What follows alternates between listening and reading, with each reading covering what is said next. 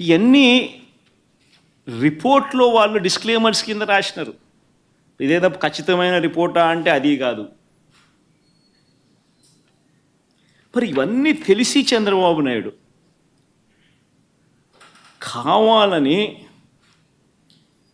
అబద్ధాలు ఆడుతూ తిరుపతి వెంకటేశ్వర స్వామి వారి విశిష్టతను, ప్రసాదానికి సంబంధించిన పవిత్రతను దగ్గర ఉండి కావాలని అబద్ధాలు చెప్పి అనుమానపు బీజాలు ప్రసాదం పుచ్చుకునే ప్రతి ఒక్కరిలోనూ లేపడం దుర్మార్గం కాదా అని అడుగుతా ఉన్నా.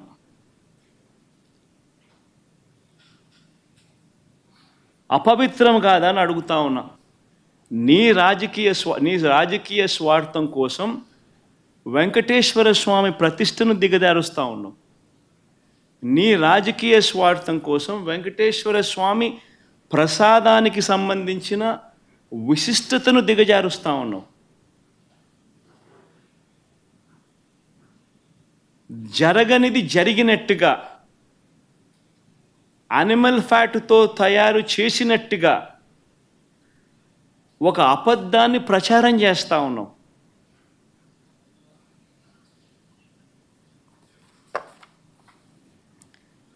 ధర్మమేనా అని అడుగుతా ఉన్నా. మరోవైపు ఇంకా ఇలా అబద్ధాలు రోజుకు ఒక్కొక్క అబద్ధాన్ని ప్రమోట్ చేస్తారు.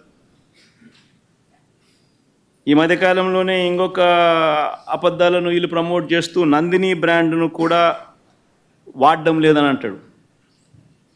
కేఎంఎఫ్ పక్కన కర్ణాటక మిల్క్ ఫెడరేషన్ వారి నందిని బ్రాండ్ అని. నేను అడుగుతా ఉన్నా, 2015 నుంచి 2019 చంద్రబాబు నాయుడు గారి హయాంలో 2015 నుంచి 2018 అక్టోబర్ దాకా నందిని బ్రాండ్ ఎందుకు లేదు? చంద్రబాబు నాయుడు గారు కొనుగోలు చేసిన 6 నెలలకు ఒకసారి పిలిచిన టెండర్ల ప్రక్రియలో ఎందుకు లేదు?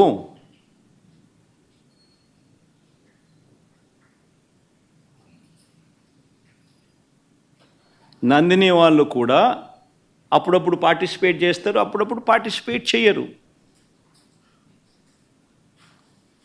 మన హయాంలో కూడా 2019 తర్వాత మన హయాంలో కూడా నందిని వాళ్ళు అప్పుడప్పుడు పార్టిసిపేట్ చేశారు.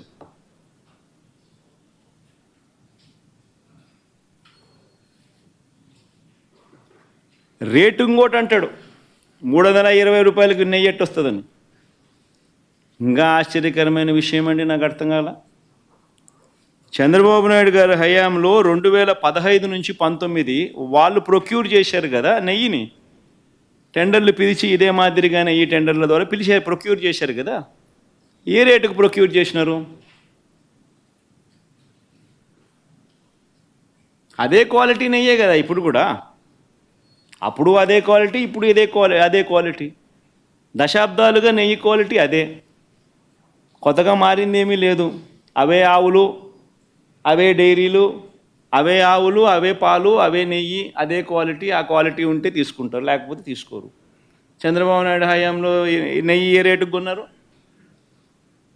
276 రూపాయలు 2015లో కొన్నారు టెండర్ల ద్వారానే.